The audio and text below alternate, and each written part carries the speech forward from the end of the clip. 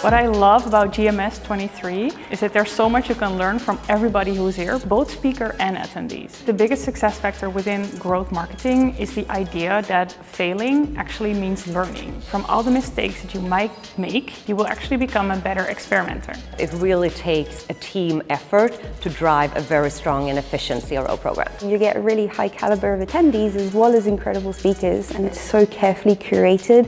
All of the talks have flowed so fantastically off one another today. It's really been set up with care.